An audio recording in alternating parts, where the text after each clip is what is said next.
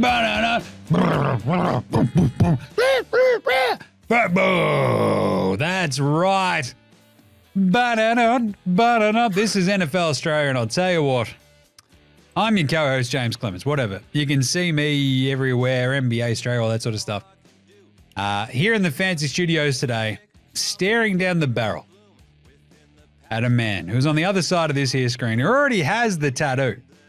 He's gone and tattooed the tattoo, and he's beside himself. He's been drunk for the last 2 days. He's booking a flight to New Orleans as we speak. It is the sometimes singer in a band called The Ramshackle Army. He is the personification of all things fly equals fly. He is my mate. He's your mate. He's set up for a crushing disappointment once more in front of us. It's Gaz. Gaz, what's going on? I'm doing pretty good, Jim.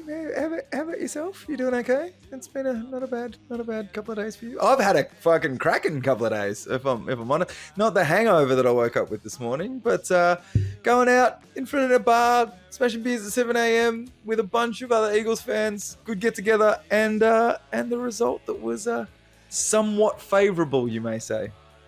Yeah, you kicked the shit out of Washington, so that was kind of cool. And you're in a Supie again. Against KC. Again. The one that everyone didn't fucking want. And now we've gone from, these are the teams that I want to go for less. And then people are kind of obligated to, do they want Eagles fans happy, or do you want someone to shut down that three-peat and get that Mahomes family off our screens for a little while? Like, better, the lesser of two evils, as they say, Jim. Yeah, rocking a hard place for me, basically. Anyway, this is the NFL Straya Championship Week wrap show, because we'll do an entire Supie preview next week as well, right? What we'll do on today's show, we've got, the latest little bits and bobs of news, wrap the 2 games from the week. We've got some Supie questions, but also some loser questions for this week, because we've got plenty of Supie questions coming up next week as well. The weekly awards as per usual, and our first blush Supie picks, which is always good. And we'll lay out some stakes, I guess. But before we do anything else, remember we are hosting an awesome Super Bowl party at the Catfish in Fitzroy for the Super Bowl. We'll also be doing a live stream, so if you can't come, you can still hang out with your mates, Gaz and Jim, and a rotating cast of lunatics and losers and, lovable lunatics. At the Catfish, we'll have the live stream going throughout the socials, etc.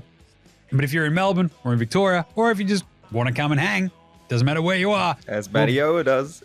We'll be at the Catfish February 10. That'll be fun. That's it. And as Jim says, you will have video evidence of the moment my heart breaks, like 2 years ago. Nothing better. Absolutely the Ralph Wiggum meme. It's just like, pause it there and you can see the exact moment when Gaz's heart breaks. All right. Anyway, that's it. It'll be a fun episode, so let's get into it. Episode 121 of NFL Straya. Let's go! Let's do it.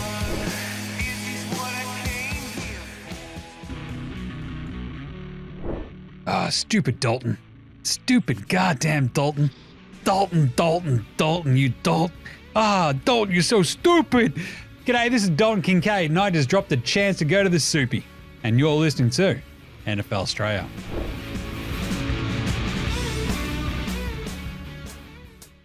All right, guys.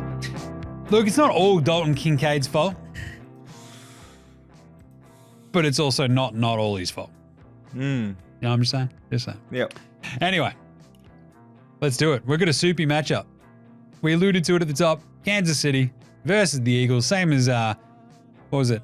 Super Bowl, what are we at? LIX, so it would have been LXI. Is that right? I don't know. Was it 57 and Probably. 59 or whatever? 50, oh, no, yeah, it'd be 57. So LVII. I don't know what it was. That's not my specialty. Either way, interesting matchup, fascinating matchup. We've got plenty to dig into across this week and next week as well. I kind of like, before anything else, I know that you probably didn't want to play the Chiefs, but out of all of it, like, do you think a repeat matchup is a good thing in a Super Bowl? It's fun for us. I think, without going too far into it, because as you said, we've got plenty to talk about, but I definitely feel like we're a more complete team. There was way too many holes a couple of years ago that we were trying to gloss over, whereas, I think I'm excited to see Patrick Mahomes take on this young, hungry defense. I like it. Very interesting. I was sort of like just tossing this one around the old noggin, and it's just, I kind of, as much as I would have loved to have seen Buffalo actually make the Supie, Washington, look, I think that was the team, and we'll get to them later in the NRs, but it very much felt like the team that was kind of just happy to be there a little bit. Like, it would have been Cinderella story, right? Exactly. Like, it would have been a little bit too fucky for them to actually make the Supie, which is why I picked Philly last week and you didn't, coward. But still, I kind of like that we get a repeat because we just get the redux. Like, that was the first run of this attempted three-peat. It's just the measuring stick of Mahomes. Like, it's good that we get Philly 2 years on from like that sort of attempt. You've got Saquon. Like, it's just kind of like, it's a different beast, which is kind of cool. Like, 100%. Yeah, I mean, look, there's some wildness to it. All the narratives that you can draw conclusions. If you think about the first time we won, or for those old enough of us to remember, it was a revenge game for us Eagles fans who follow the 2004 Super Bowl where we lost to Brady. So there was that vibe of coming back and like, yes, we got to knock over the Patriots. And then this time, last time we made it to the Supie, it was, oh yeah, but look at what they've done. They've done it with a new quarterback from when they first did it. They've done it with a new head coach, new everything. But now it's like, all right, that's settled. Let's go back and see if we can take these guys on. Yeah. I don't know. It's kind of cool because like the question of the three-peat, and like no one's ever done it in the Supie era. The Brady Pats never got to do it. And I think the thing is like just time and time again, you just have these weird little, like something just goes wrong.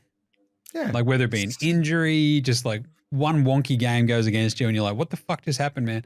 And you sort of, if you've won back-to-back, I think so just time after time, like the Brady era Pats, you're just like, close but no cigar. The Chiefs, it's just like the infrastructure is the infrastructure. And it's almost like their entire identity is like, no, we're going to win those fucked games. It's going to be okay. That's just what they fucking do. Like, it doesn't matter if it's regular season, doesn't matter if the playoffs. That's just what they fucking do. And it's kind of a very, I don't know, terrifying, like, identity to have, I reckon, if you're up against them. So yeah, absolutely wild that everything has to go right for you to even make it to the Super Bowl, and then you're putting everything on the back of one day. Everything has to fall into place. Look at how, like, I was talking to Eagles fans yesterday about how ridiculous that 2018 season was, about how we're cruising, MVP favorite in Wentz, and then he goes down. The world is ending. Everyone thinks it's fucked. Foles comes in for 3 games, plays like shit. We're like, we're gone. Go into every playoff as the underdog, and then knock it off because things fall into place, right? If you have all of these things, when you've got someone like an Aaron Rodgers, look at the pack, right? They had 2 Hall of Fame quarterbacks for 30-some years and only get 2 rings out of it. Two Supies to show for it, right? Yeah, well, think about the fact that, hard. That Jalen Hurts now has what? This will be his, he will have made more Super Bowl appearances than Aaron Rodgers and Drew Brees. Yep. Right? Like, that's fucking crazy, and we're still questioning about, is he going to lose it? Like, is he the long-term answer? And even the beginning of this year, like at 2-2, it was like, Kenny Pickett time, let's go. Nicky Sriracha is like, he's on the hot seat, and now we're like, what the fuck? Yeah, right. So fucking weird. Everything that has to go together. So the theory that you can do that 3 years consecutively is fucking mind blowing. Nice. Yeah. All right, we'll talk about the Supie in a bit. Let's do some news very quickly. We have some coaching gear, which is very, very funny. Jim, I was trying to back off the stress of leading up. Like, funnily enough, I was more nervous yesterday than I had been about any other game. And on Friday night, Saturday morning our time, Jerry Jones just spilt this little nugget that made my weekend so much happier. Brian Schottenheimer. Jerry Jones. I'm Jerry Jones. Career assistant. 30 years. Is how he was referred to by his own fucking hiring owner. That is insane. Yep. Like, if I was to call the stats boy who works around here like local shit kicker, stats boy. So, but no, he's the bigwig shit kicker now. But Jim, you just called him the little shit kicker. So, are you going to take him seriously? Fuck no. Anyway, it's amazing. So you spent the weekend just balls deep in Cowboys Reddit, just frothing. So, but I didn't need to. Like, the funny thing is, usually I go hunting for this sort of stuff, but I absolutely did not need to. It was just all around the internet, just absolutely roasting him. The fact that he's been uninspired as a offensive coordinator. He didn't call plays under McCarthy. McCarthy hired him so he wasn't a threat because Kellen Moore, wonderkind, was like kind of, no, fuck off, Kellen. I need to prove that this is my team and I'm calling the plays and it's my offense. And that way we're going to keep me. I'm going to hire two guys to replace Dan Quinn and Kellen Moore, who are absolutely no threat to my job. And he ends up taking over without having called plays. He's got his dad's vibe from the an offensive strategy, which is a run-first strategy. Now, Jim, I don't know if you've looked at the Dallas Cowboys running back room. Well, Rico Dowdle comes out as the startup. They decided on that way too late, and I think he's a free agent this year, and they've got zero behind him and middle of the first round draft picks. So they're waiting for someone to fall to them. Like, it's just a weird move that everyone is saying. Like, they're saying it's Stevens' call, which must be more panicking for Cowboys fans because, I mean, it's not just Jerry. They're gonna have shit decision making when he's gone as well. And then Jerry comes out, it's like, oh no, what do you mean I'm not taking a risk? Like, this is not the safe. This is like, he's never been a head coach before. Like, I'm taking a risk here. Like, Jerry, this is not positive. You're not helping. It's the stupidest and safest way, you dummy. Jerry Joe. He's always the big splash move. It's really weird how their changing mentalities come about. They were always the big splash moves. It was the, your TOs and all that sort of stuff and going out and making that big play. And yet they've not gone out in the last couple of years of free agency. They've delayed signing the people that they needed to re-sign, so it ends up costing them more money. And then they've gone literally what must have been the cheapest pick out on the market. All of the coaching carousel conversations before that were all about, it's going to be, he's going to be a splash name. It's always a splash name. He got Mike McCarthy, who was, Garrett was not, but, went and got Bill Parcells and all of these sort of, the flashy name to keep this going because we're the fucking Dallas Cowboys and everyone should want to go. That's why he was rumored with, your Dion's and your Bill Belichick's and all this sort of stuff. And it's just so uninspired, Jim. Amazing. So uninspired. Just get Dion. What are we doing here? But they don't have the draft picks. He's made it clear that he wants to coach his sons, and they're gonna get nowhere near him. So anyway, Chicago introduced Ben Johnson. That was pretty funny. It was weird. I don't know. That guy's got a bit of weird energy. I'm back off Ben Johnson now. After the Lions loss, and then the sort of weird like clapping as he meets like a bunch of this. It was just a bit strange. Anyway. Pete Carroll. But it's set up for a nice rivalry, that division, isn't it? No, I think the entire thing was like, I love the idea of Mike McCarthy in staying, like going back to the NFC North because he's just a big NFC North kind of dude. Ben Johnson stays in division as well, which is kind of fun. So you get to build that rivalry against Detroit. Sure. The Raiders get Pete Carroll. Anytime you can go get like a dude in his mid-70s to coach your team, sure. Why not? The Jets. If there's someone, that said, sorry, I was in the middle of drinking water. If you want someone to kick off your rebuild, right, you could do a lot worse. And he's a player's coach. He's going to inspire it. But then the coaching, and I think we spoke about it the other day, that coaching in that division now is fucking mind-blowing. Because you've got Andy Reid, Sean Payton, Pete Carroll, and Harbaugh, right? Like, what the fuck? That's like old school, legendary, rivalry shit. You're like, all of a sudden, this is going to be a spicy division that's get a couple of years of a rebuild. If Pete Carroll doesn't die, and someone might be willing to take on. We also get a rehash of the NFC West, right? Pete Carroll versus Jim Harbaugh. So that's pretty fun. Yeah. The other weird one, I guess like it is the sort of settling hand, and that's kind of what the Raiders have very fucking clearly needed. But at the same time, like when the Jags went and got Tom Coughlin to sort of like, oh, he'll settle it all down. It's like, it was still a fucking shit show. Yeah. Right? Like maybe sometimes your team is just a shit show. And you kind of just need someone to like wrangle the shit show. I don't know if Pete Carroll's a shit show wrangler, but he kind of did wrangle a fair amount of shit shows up there in Seattle, so fucking why not? My favorite one, well, the Jets got Aaron Glenn, so that's not my favorite one, but that's kind of good, I guess. Former player. The Jets interviewed, I think, you and me as well for the head coaching position. Like fucking, they interviewed everybody and then just went, yeah, we'll just get the highly touted defensive coordinator again. So like, good on you. I think that's cool. I think that's fine. They don't know if Aaron Rodgers is going to come back, so cool. My favorite is the Jags.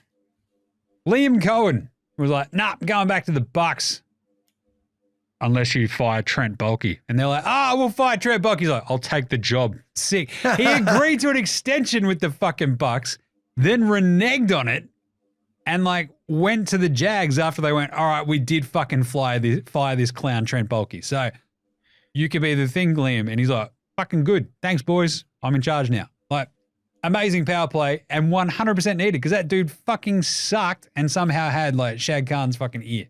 Like, it was bizarre. So good on you, Liam Cohen. Like, throw that dick around. Yeah. Good. All right. That's all the coaching. Hey, also, we've got a new offensive coordinator in New England. Sure. Guess who's back?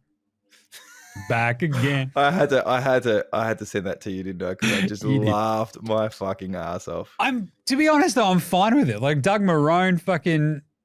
Every Pats fan is like, no, it's fine, man. It's fine. He's a really good offensive coordinator. Yeah. He also got one good year out of Mac Jones, and the rest of his career is fucking on Tom Brady's coattails. Yeah, yeah. But by the same token, and also he's a bit of a fuckhead, right? He is. Also, he's just a bit of a fuckhead. It is also what I said to you, though. At least he's not Matt Patricia. Like, it's true. Yeah, we're talking about Josh McDaniels. Josh McDaniels is now in charge. Anyone who wasn't offensive coordinator for Drake May. I don't know. Like for years, like if you've got a half decent fucking smart QB, he proved with fucking Brady you can do good shit. I guess. I just fucking hated him down the stretch because he was uninspired, and then he was in charge of fucking shit teams. And yeah, I don't know. Yeah, there are a couple of ones. The other one, the Jets, Aaron Glenn, I forgot to touch base on this, but there was talk about, is he just going to want a fresh start and not be the fucking baggage that comes along with Aaron Rodgers? And then we also know we're expecting Sam Darnold to move on and get way too much money. Like maybe goes works for Pete Carroll. He's coming home. Let's be honest. Rusty Wilson's probably going to end up in Vegas. But then there was like kind of the memes started coming around, posting photos of Brett Favre in a Minnesota jersey, and just go, come on, Aaron, just do it. Complete the prophecy. Yeah. Just complete the prophecy. Come back to the North. Hit for the Favre cycle. That's awesome. That would be genius. The other one worth mentioning is on the assistant is Robert Salah going to the Niners, which seems like a fucking great move, and also disappointing to know that the 49ers may come back again and be a strong suit again next year. I think it's always nice to get like that dude back, right? Like he was in charge of your shit when you were fucking pretty awesome. And like that's why he was so highly touted. That's how he got the fucking Jets head coaching gig in the first place, right? He was that good with the Niners. So he just goes back. It's like the Amish, like before you settle down into adulthood, they just let you go away and, sucker, there you go, sucking fucking go drinking and stuff, and the assumption that you'll come back. All right, go on, Robert, go see what it's like with the Jets. Go have your fun. And then come back here. Love it. And the other little bit was that I think was it one of the Rooney 2 came out was like, yeah, we want to keep like Rusty or Juzzy Fields. And you're like, cool. I'm sure that'll work out. Right. Right. Yeah, so the only position left open is New Orleans, right? And they're talking to Kellen Moore? Yeah, Kellen Moore. And it's weird after all the things that have happened this year and what Kingsbury did, like head coaching experience, what he was able to do, setting that whole offense up around Daniels, you would have thought he would have got more of a sniff. Callan obviously he's been wanting a head coaching position. I'm really annoyed. I'm sick of turning over coordinators. So I'd really like Jalen's not had a consistent 2 years with the same offensive coordinator since coming into the league. So yeah, a few one position and a few hats still in that ring. Yep. Price of success there, Gaz. Price of success. There you go. If you win a Supie, it's all okay. All right. Speaking of which, championship round, wrap. Hey, that first game was a bit of a laugher, wasn't it? 55-23. Fly, Eagles, fly. I had a very, very good fucking time. Look, it was leading up to this. We skipped over the injury bit because it was there wasn't a lot to report in 2 games. But leading up, we already knew that they had Washington had offensive linemen out for the rest of the playoffs, and who was it? It was Payne who was announced out just before the game, the Eagles got some really weird, worrying shit just before the game of Jurgens not being able to make it back, but then they didn't make him inactive, so he's gone off into the locker room, moved Dickerson over into center, put Steen in there, and I'm like, we're fucked. We're going to be relying on the tush push. We're going to be like, the center's just going to be a little bit fucky in the middle of that offensive line. It's not great. They teed off. The way they beat us last time is they honed in on Saquon. This is going to be all fucked. But it clicked. The first drive in that game, Washington moved down the field and their defense got him into like 3rd and 4th long, like quite regularly, and they converted every fucking time. And I was like, this could be a long day, because it was like 18 or 19 plays that first Washington drive. So that's where we'll start, right? Like it was just it was really imposing. Like they were awesome. They moved it really nicely. They took a couple of risks here and there, but they were converting on 3rd downs. Like it was no one's business. And a couple of 4th in the first on the first drive. And I'm like, here we fucking go. Like even within field goal range, on like 4th and 3, and they went for it. And then, but strangely, like 2 minutes later, on another 4th and 3, closer, they're like, we'll take the field goal. Yeah. It was like, we're not going to leave this one to chance. We'll just take the points while we can, I guess. Yeah. Which was gets tightened up closer in the end zone, in the red zone. Weird. Either way, but the 55-23, that's 7 rushing touchdowns, guys. It was a bit silly. Just a lot going on. Yeah. This is the thing. I talked about it. The tone of that second game, right? The very first touch of the Eagles offense after the poor fucking defense has just been on the field for 18 plays. There's a toss to the outside to Saquon, straight through, 60-yard touchdown, defense straight back on. Yep. Right. It was incredible, and I was stoked having had Saquon overs on just about everything. But I mean, I think I did, the article I wrote the other day and the video that I was like actually, banging on about, you had Washington's run defense. We knew that it was a bit shitty, 30th ranked in the NFL. You knew the Eagles can rush the fucking shit out of the ball. Saquon's gone over 2,000 yards. It was almost too easy. And you're like, what is that obvious? It's always going to go a bit soft. Nah, it always looked just so fucking obvious, so simple, as long as Jalen was healthy. And like Jalen looked fine. Like it was weird. Yep. But they're like, look at his big fucking knee brace. And then he took it off. He's like, I'm good, guys. Yeah, I'm going to go play now. Scrambling. Yeah, it was like there's some ridiculous, not only was 7 rushing touchdowns a record, the combined score, I believe, was the record. But also the only team to win with, I think, putting up 55 points, 200 yards in the air, 200 yards on the ground, and no turnovers. Right. So that's the big thing for the Eagles this postseason, even the things that have been close, is the fact that we have, I don't want to curse this for 2 weeks time, but we've not turned the ball over. The biggest problem at the beginning of the year was like fucking, Hurts was still playing a bit of hero ball and going for too much and then holding on to the ball for too long. So you end up with the fumbles. But that's been the biggest change. It's been that cleanup, and he's just doing what he needs to do. And it was 20 of 28 for, the guy who can't get over 180 yards and, 240 touchdown, no turnovers. But the defense and special teams, apart from Jake Elliott missing field goals again, but every tackle seemed like it came with a punch, right? And it was the turnovers that got Washington. Yeah, you win the turnover battle, you win the game usually, unless you're Buffalo. But it was literally after that first touchdown of yours, the Diami Brown fumble where it sort of punched out. Then the Eagles just turn around and score again. You're like, oh, fuck. Yeah, this is going to be pretty tough. And then they get like another fumble later on at a pretty crucial moment, like before the end of the half. And you scored another touchdown off it. You're just like, Jesus, that was the McNichols one. You're like, come on, man. And you've put yourself basically 14 points in the hole off 2 turnovers. You're like, that's fucking hard to get back from. And then another one later on, which you then scored off again. So a bit it's weird. fucked. It seems like it's 30-something, 33 points, whatever it is.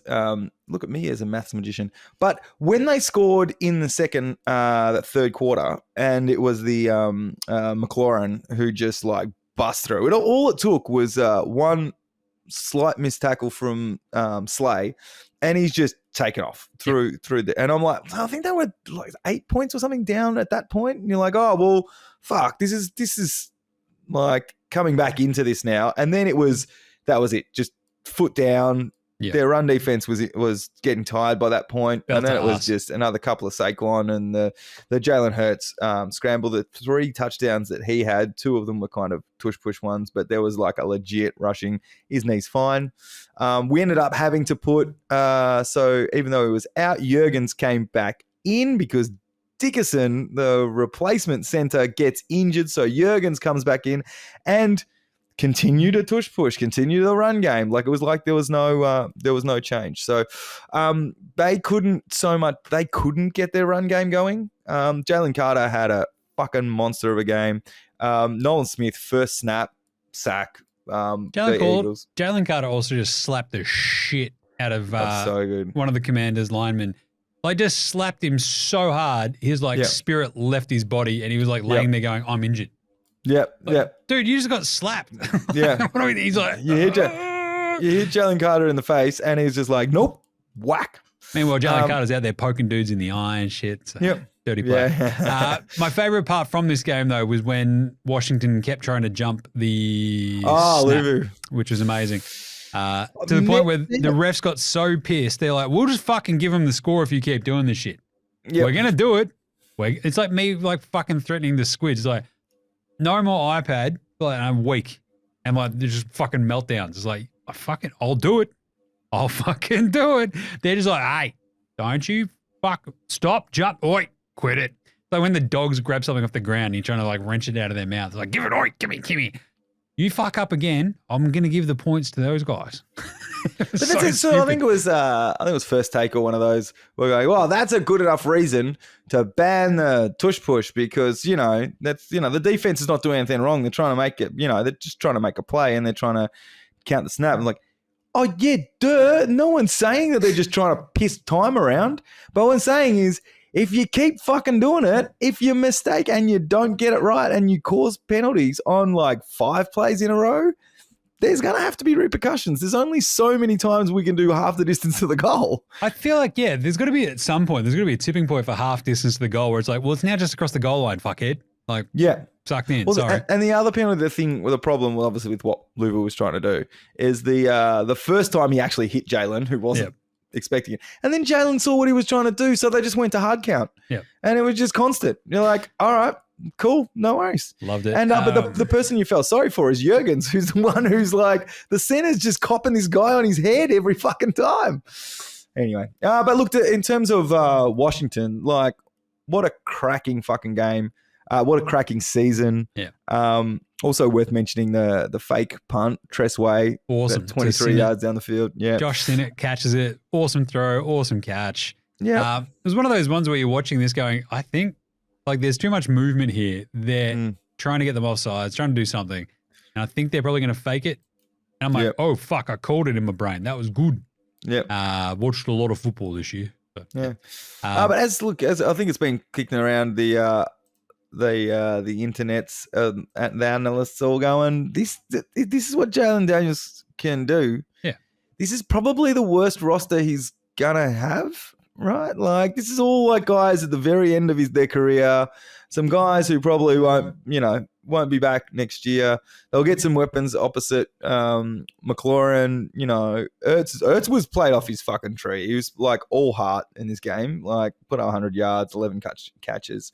Their biggest guys, the backups behind McLaurin, are like Zacchaeus, who's bounced around the league for the last 4 or 5 years, including the Eagles and Falcons. Playoff Diami Brown wasn't too bad. But still. There you go. Good win. 7 rushing touchdowns. It just got a bit silly in the end, as I mentioned earlier. Like, it's just like Jalen, cool. Saquon, cool.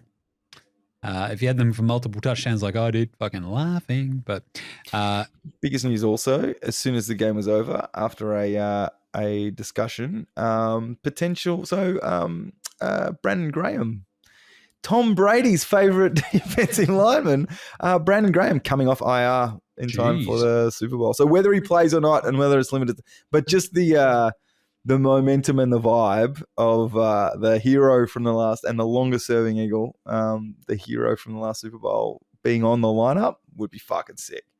Also enjoyed Tom Brady going, fucking Nick Foles, God damn it. Don't cut to him. I hate you, Nick. And it was like, yeah. Honorary captain for the game, presented the trophy. Yep. All right. There you go. Ran over the top of them. It was there for Washington to sort of stick with him, and then Philly just fucking belt to ass, ran away with it. Yep. Bit closer in the second game, however. 32-29, the Kansas City Chiefs win the game because Dalton Kincaid dropped a catch. Can I? Oh, no, I'm going to hit that in Old Mate No Mates, but if you can touch it, you can catch it. Very simple. If you can touch it, you can catch it. A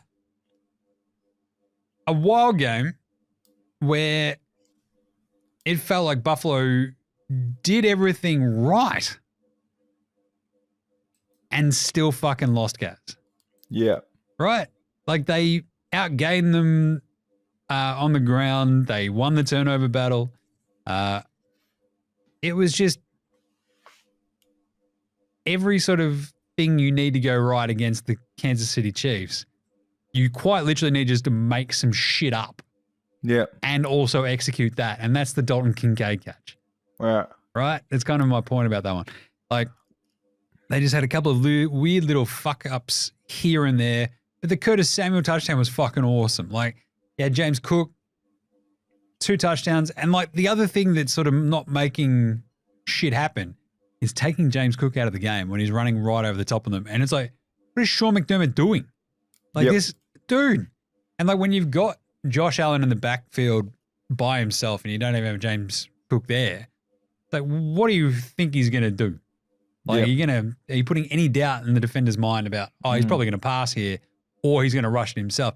Put Cook in there. Who knows what the fuck could happen? Anyway, weird sort of fucky game, but they did kind of everything and they still lost because the Chiefs just fucking win. Simple as that.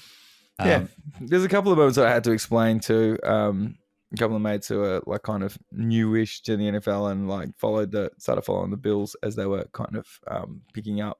And it was like, so why with a 1 point lead did we go for 2 like early? And I'm like, well, look, the reason is because a 1 point lead is kind of pointless, right? You might as well, a 2 point lead is kind of pointless. It might as well be a 3 point lead.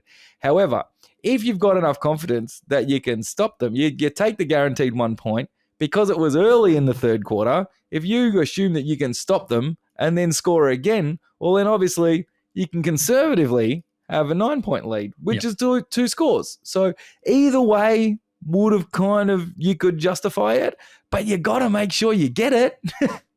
And that didn't happen. And obviously the other one that sparked, and trying to explain to them the whole, that 4th down where it's kind of, did he reach for it? Did he see it? Did he not? Well, I don't fucking know. I'm just worked out that I've got to get glasses, Jim. So I'm not putting my livelihood on it, but trying to explain to the dude that no matter which way the decision went on the field, there was never going to be enough evidence to overturn whatever the fuck was called. Yep. So there was too much shit blocking it. So I said, if the fact was, if they'd called it a first down and then it had been reviewed, guess what? It would have stayed a first down. Yep. But because there was just not enough to overturn it, and the two refs who disagreed. But the narrative around all of the podcasts of, you know what?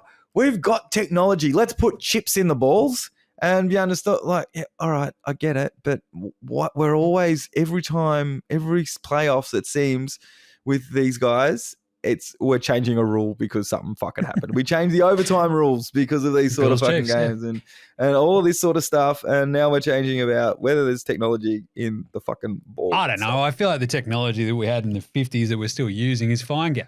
Yeah, exactly. Fucking, no, seriously, chips in the ball, like this shit shouldn't be so hard. It's like, oh, but you got to figure out when his knee's down. Yeah, then you look at where his fucking knee hits and then you have the technology to see where the fucking ball is. And guess what? You correlate the two. Yep. Shit isn't fucking rocket surgery.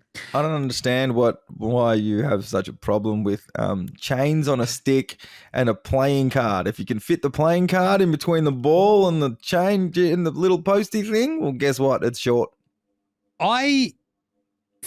For a fucking league that is got more money than God, like we're still relying on two fat guys running chains up to measure shit. But also, the refs are just like eyeballing everything still. Like we just had 2 weeks of a fucking tennis grand slam here in Australia. And like the way the technology has changed tennis, where just like it's automatic, it's simple, it's easy, and everybody's just accepted it. Right? There's no fucking around. There's no human error basically built into any of this sort of shit. Instead, we're like, where did that ball get to? And the ref's like, I think whilst I was running at full pace along the sideline, I think it got to here. And you're like, how the fuck is this still a thing? This is incredible. Anyway, just relying on some 68-year-old fucking bodybuilder. The other thing that struck me in this game was, for the reffing fuck-arounds, is the Xavier Worthy catch. The one that very fucking clearly has hit the ground. But he's controlling it, using it to control the ball. Pretty sure if the ball has hit the ground and your hand's not under it, the ball has hit the ground and it's not a catch. Yep. Usually how I think of these things. And like I think like back to Edelman's incredible, just stupid catch. What was that against Atlanta? Where it sort of bounced all around and bounces off his hand on the ground. Just amazing shit. Yeah. Whereas that, it was like, you've both kind of got it. Like it didn't really impact, I think, shit most of the, like, in the end, but it just stuck with me about how fucking stupid it was that they sent that to review and they're like, nah, it's fine. And even like in the booth, they're like, what are we doing? This is fucked. So that was a mess. So, because the ball clearly fucking hit the ground. Yeah. Outside of that, James Cook runs rampant, isn't in there a bunch. Chiefs sort of just asked their way to a bunch of points. Mahomes runs in a touchdown, then runs in another. And you're like, yeah, this was always probably going to happen. They used Kareem Hunt a lot more than Pacheco, only got 5 carries. Xavier Worthy absolutely popped off receiving wise because it was like Hollywood Brown early for a couple of big catches. Juju fucking Smith-Schuster. There's some big Juju shots. Yeah. Just fucking zombie Juju out of nowhere. And Travis Kelce did fucking nothing. So you got to look at this if you're Buffalo. You're like, we basically did everything right. We won the turnover battle. We limited Kelce. Mahomes scampered for a bit, but he threw, 245 yards. Sure. We sacked him a couple of times. And we still fucking lost. Like, just what a kick in the dick. I feel like they're receiving like core, like Matt Collins going for 73, Cook with like 3 catches and runs for 49. Like Shakir Cooper felt like nothing for most of this fucking back half of the year once he got to Buffalo. But so much of this comes down to like their tight ends. Like, I was so fucking just weirded out by how good Goddard and Ertz were in the first game and like how just crucial they were to like moving the ball. And you felt like Kincaid should have probably been that dude for Buffalo. I thought Kelsey was probably going to be the dude for Kansas City as well. Was it 7 straight games of fucking 70-plus yards in the playoffs and shit? That, yeah. And it just wasn't. It was Just weird. wasn't there. Yep. And Buffalo fall short once more. Yeah, that Mac Hollins catch was fucking awesome. That him. It's so weird for me seeing like the Eagles drafted him in like 2017. And he was always kind of a bit player and was like a little bit. He's always weird. He's the guy who doesn't wear shoes, and like he's always just that very strange dude. And then he just every so often he just pops up with something fucking awesome. I'm like, dude, have you ever had any level of consistency? You'd be like a cult hero, but like. He's not that, or a cult leader, one of the two. But yeah, when you're talking about the receivers for Kansas City, that's the other thing was just the pure ability when they put their fucking foot down. Like Worthy, make a reasonable catch running a route, and then as soon as he's stable, it's just like accelerator, and you're just like, Jesus Christ, that's epic. Yeah. And there you go. 4 straight times in the playoffs, KC have beaten Buffalo. What a kick in the dick. I also love that it's like, the Chiefs beat their nemesis, the Bills. The Bills aren't their nemesis. That's the wrong way round, you idiots. What are you? Yeah. What the anyway? That's not him. But it's also, there was some level of irony. You got to have the Ravens fans have got to be sitting at home going, tight end dropped the ball, did he? Hey, you reckon? Tight ends dropping the ball just over here. All right. Speaking of which, that leads us very nicely into the Nars. But there you go. That's how our teams got to the Supie. The Nars. Do we have the best 2 teams in the Supie? Yeah, nah. Well, I think on paper and when it all comes together, I think there's like the way the Eagles played this week, at least for the NFC, you're like, the Lions showed that there were holes on that defense. Packers, Eagles were able to knock off. People were like, if it wasn't in the snow, about the Rams. And then just like the commies took out the Lions and then the Eagles dismantled them. So if you think on their day, I think for the NFC that the Eagles were the right team to go through. The Chiefs was the obvious choice from day one in the season, right? Like during the middle part of the season, we were like, fuck, they're limping through this. Mahomes is having a pretty fucking average season. And then the health came back. The wide receivers all came back on the field. That defense was keeping them in it. But then Holmes starts to step up. Kelsey, apart from this week, starts to step up at right time. They knock off. Who else would you put in apart from them? They just knocked off the other. Well, you kind of mentioned it, right? Like if Mark Andrews catches that Baltimore, do you reckon they give the Chiefs a bit more of a shake?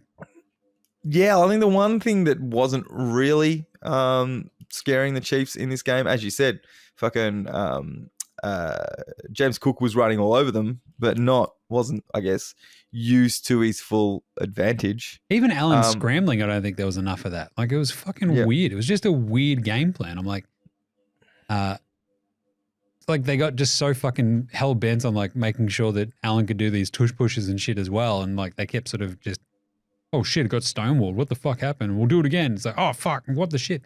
And you're like, just sometimes fucking simple it down, dummies. Like, what are we doing? Like, yeah, the commentary and the analysis, like from the pundits pre-game, was a lot of Spagnuolo's is just he's always got something up his sleeve, like some wrinkle.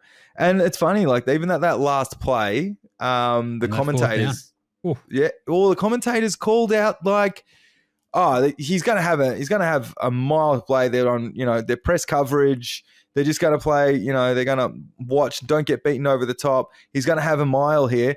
And they sent a corner blitz. So he had just the dudes awesome in his face, like instantly, like Spags. And it's almost like they've come out and gone, all right, Spags is going to expect us to run it down his throat because that's our identity. So we're going to do the polar opposite. The other thing is everyone was able to call out, like, every time that Josh Allen went for some sort of sneak, they're like, he goes left every time. He goes left. And that's exactly where they had to send the guys to stop him. And that's exactly what fucking happened. So be really interesting. They haven't had to, it would have been would have loved to seen them versus the Ravens and see how at this peak time of playoff Chiefs versus playoff Ravens, how they went against that run game. But they're going to we're going to find out what they're like against the run game in 2 weeks. True. That's kind of the thing. Like, sort of the next one I guess we can ask there is, was that Buffalo's best chance? Because as you say, like, it would have been fun to see the Ravens and that run game have a crack. But at the same time, we're all like, Bills, this is like a team that, the Chiefs team that went 15-1 before resting everybody 15-2. And you're like, yeah, but they can be got, it felt like. Yeah. Thing is, you still didn't fucking get them. No. Like, it's just, sometimes you're just not that dude. And like, was that Buffalo's best chance? What do you reckon?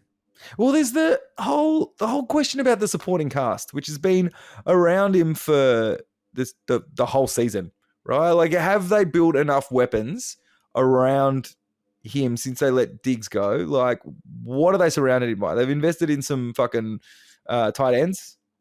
And you've got like Mac Hollins, who's on his like third team, and Amari Cooper, who didn't do a lot. Yeah.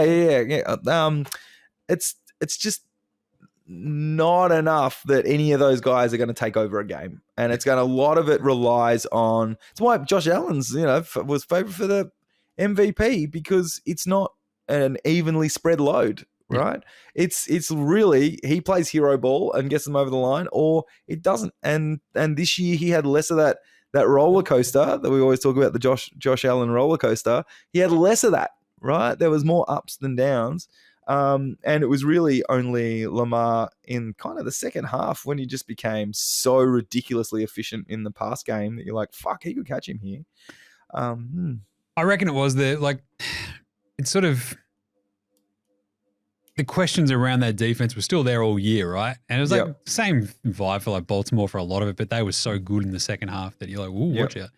I don't know. I just feel like Buffalo just kind of screwed the pooch. You just need to, and I'll get to this again, like, you just need to make shit happen sometimes. Like, it's just a fucking stupid way of thinking about it, but you just do. Like, you just got to create fucking something from absolute bullshit. Washington, are you afraid of them in the future? Do you feel like you're to get one under your belt now, Gaz? Oh, 100%. Look, I mentioned earlier that this is probably the worst lineup that they'll have. They will invest heavily now that they've got that nucleus.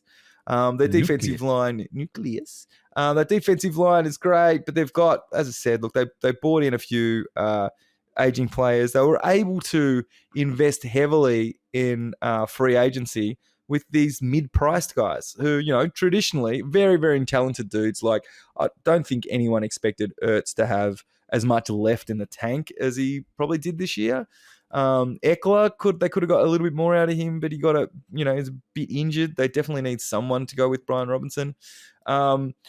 And then some weapons beside McLaurin, and all of a sudden this team's fucking scary for a long time. Yeah, I mean, they have Bobby Wagner, Jonathan Allen and shit on that defense, and you're like, Marshawn Lattimore, like, that's it. A couple of old dudes mixed in with some of the young dudes, and you're like, well, like, you just want to sort of see it improve more next year. Couple more drafts. So, we just don't want to. We don't want to see Jay Stroud kind of, regress to the mean kind of stuff.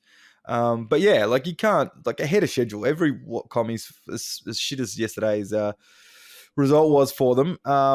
You have to be happy, right? Ahead of schedule, like years ahead of schedule. You'd have to think. Sure. And know that they know very fucking clearly that they've got a good couple of years ahead of the Cowboys and Giants. They signed, we forgot to mention that when they signed Schottenheimer, the Cowboys, they signed him to 4 years straight away. So it's not even like Jason Witten's going to be waiting in the wings and they're going to bring it, because fuck, then Jerry Jones is definitely not paying a coach. They're not doing a Raiders and just paying a coach to sit on the sidelines. That's amazing. So look, there's definitely a chance in front of the commies for the next couple of years to really develop, and it could be Eagles versus them for the next few years. Nice.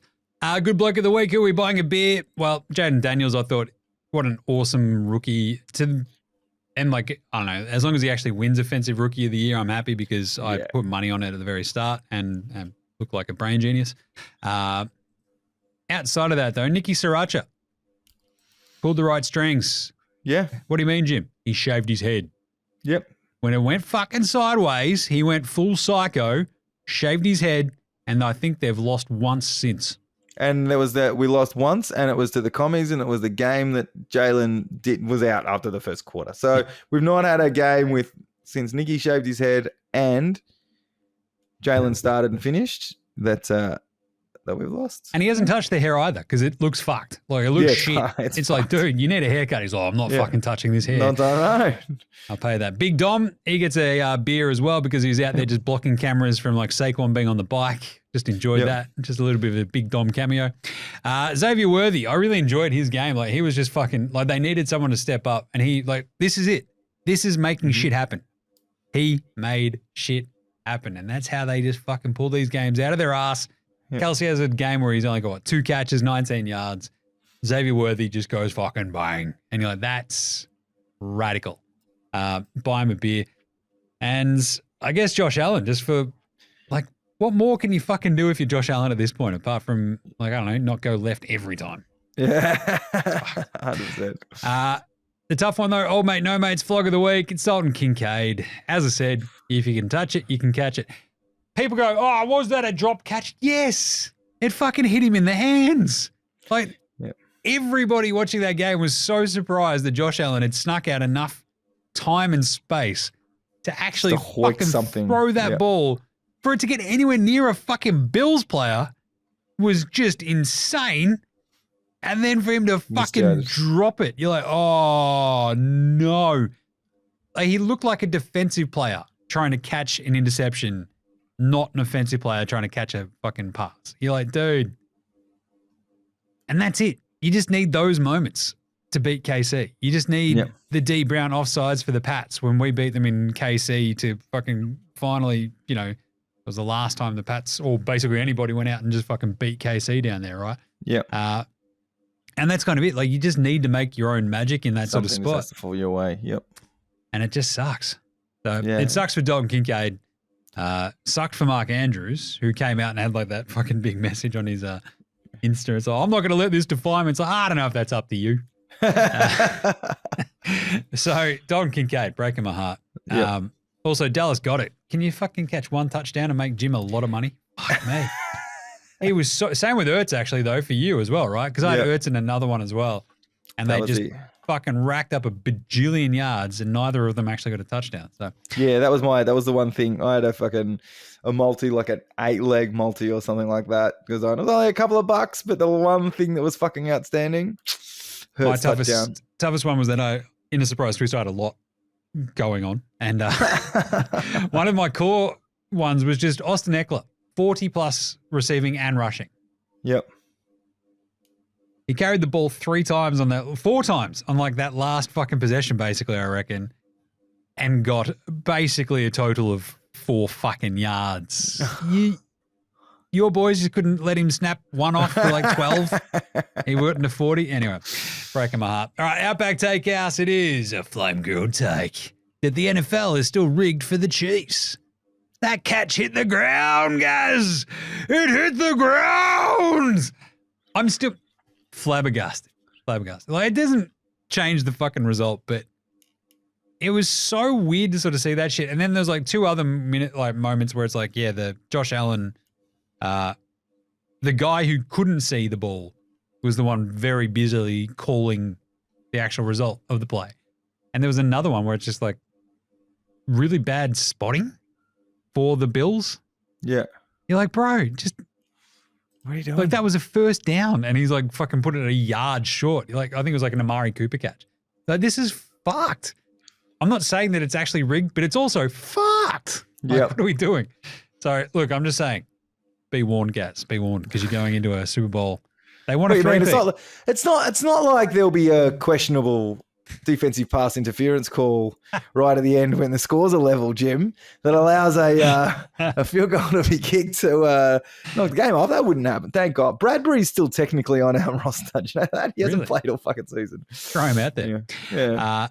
Little Aussie Battler of the Week, Jordan Mailata in the Supie. That's awesome. Fuck yeah. In his second. Love that. That's the other stat that we forgot to mention.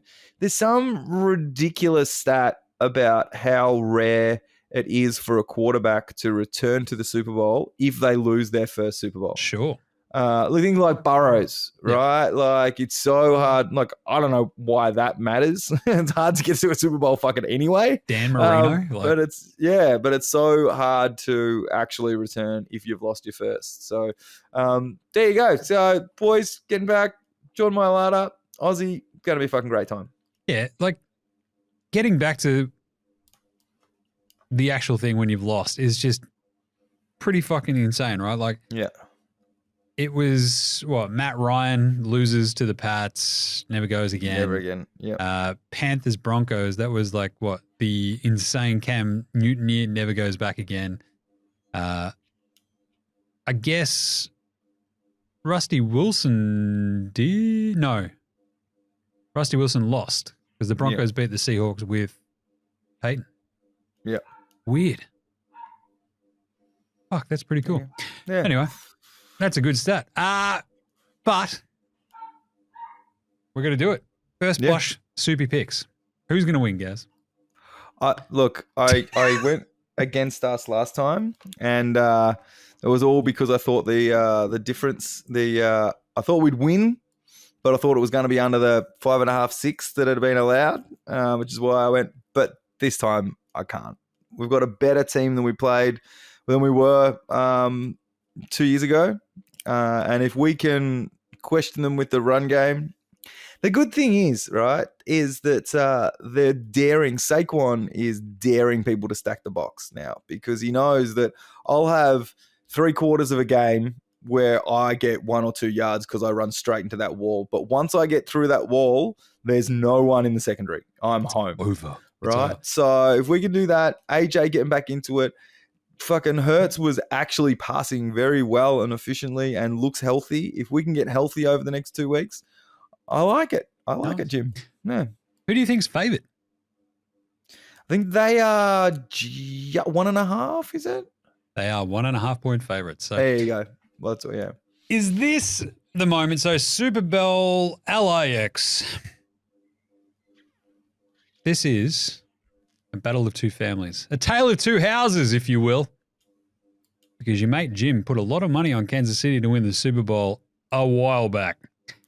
That's still alive. Now, the smart person will be like, well, Jim, you better put some money on the Eagles so you make back enough no matter what happens. I say bah and fa and enough with that coward shit.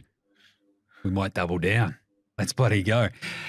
So, with a lot of money running on the Kansas City Chiefs, but also considering the Pats never fucking three-peated, I'm kind of like, don't let them three-peat. But at the same time, I fucking hate Philly. So, I think I'm riding with the Chiefs here, guys. Yeah. And an unsurprising turn of events. You've literally picked the opposite of me in every trying to catch up. And we split the picks this week. We did split the picks. We split the picks. Which means I think you still are 10 ahead for the season, 150, 140. So I've gone KC. Next week, what we'll do is, though, we'll hit all the big questions for the Supie. We'll go through a bunch of the best sort of, all the matchups and stuff, all the things that kind of matter with that sort of shit. How we think it'll be won. Mm-hmm. But then we'll also have all the fun, dumb shit that we love doing for our Supie show that we also then sort of redo again the day of when we do our live stream preview at the Catfish. So big show next week. Always really fun. Just lots of random fun, dumb shit in that Super Bowl preview show. And then, of course, as a reminder, we're doing a live show before the Super Bowl, and then we're doing a live stream during the Super Bowl where you can watch us react to everything and watch Gaz just turtleneck his way through a million beers and a bunch of other just torrid hours of watching football with his good mate Jim. Cyclone Gaz is coming into the Catfish. It's got to be fucking epic. But that's it for episode 121 of NFL Straya. Gaz's team is in the Supie again. Ooh, it's going to be fun. 4 times, Jim. That's again. Might be my fourth time. So have you had a lot more than me. I'm not. I've got some catching up to do. You'll get there one day, pal. But in the meantime, remember, we are doing the live show at the Catfish. It's in Fitzroy in Melbourne if you're going to come along and hang out. There are a lot of Super Bowl parties now. Like, this is the thing. We've been doing this for a while now, to the point where there were fuck all Super Bowl parties, really, Yeah. when we started doing these. And it's amazing to see the amount of ones out there now, the big fucking corporate bullshit ones. Fuck that. Come hang out with your mate Gaz, your mate Jim, at the caddy, smash some tins. I literally had that conversation about people going, "What are you doing?" You know, there's so many things out there. There's someone down here from Sydney yesterday, and like, "Oh, we've got X. You know, I'm thinking of going to X because there's a crew and it's $200 a ticket and all this sort of stuff. And what do you guys do?" I'm like, you know what? We've been running this party for over 10 years now, and it's well, I have before this podcast existed before our lockdowns, and it's not the fanciest. It's not the biggest, but it's the people who are coming are still like day ones. Hardcore. Right? And the best thing is, you know, it's $200 a buy with Philly's fucking cheesesteaks. Sparrow's cheesesteaks. At Sparrow's and the booze at the caddy, you will get your money's worth, I'll tell you, without paying for a fucking ticket. So, yep, exactly. There you go. Either way, make sure you're following us on all the socials as well. You'll see all that sort of shit popping off. We'll have a bunch of Super Bowl shorts coming out over the next 2 weeks. We'll be at the Catfish at some point to do a little teaser, I believe. That'll be fun. Yeah. But also, just jump around it so you can see all the fun shit. Facey, Twitter, IG, TikTok, YouTube, all that good stuff. Rate, review us on Apple Podcasts, Spotify, YouTube Music, whatever app you use on your weird Android phones. Big thanks always go to House Hats for the intro and outro song. We might even get Josh down there and see if he can hang out. That'll be fun. And remember, get around the AFL Today show, NBA Straya, the Cricket Today podcast. The boys were fucking smashing the BBL final last night. They did a live stream. It was sick. Football Today. Hold all tickets for your GGs. It's good times. Gaz, you got any plugs? No, I'm going to be preparing. I'm going to be trying to be in peak mid-season form by the time we get to the Super Bowl. So if you see my drunk ass around shouting out ELGSES equals, I'll try and pin my address to my shirt, and if you could just send me home, that would be great. Yeah. I think we'll send you home LEGLESS. Legless. That was good. Thanks, mate. I can spell, but yeah, it all works. Good times. Should be awesome. Check out the poster for the Catfish. Follow them on Facey as well. We'll have a live stream post that goes up. It's going to be sponsored by Screwball. I don't know if you've had Screwball, but it's peanut butter whiskey, and it is fucking delicious. And they're sponsoring the event. It's dangerous. Amazing. Bloody hell. All right. Well, there you go. We will catch you next week for a big Super Bowl preview, you dickheads. See yous. We'll catch you then. That was a weird sign off. We'll catch you in a bit, you dickheads. See yous. Later, hosen.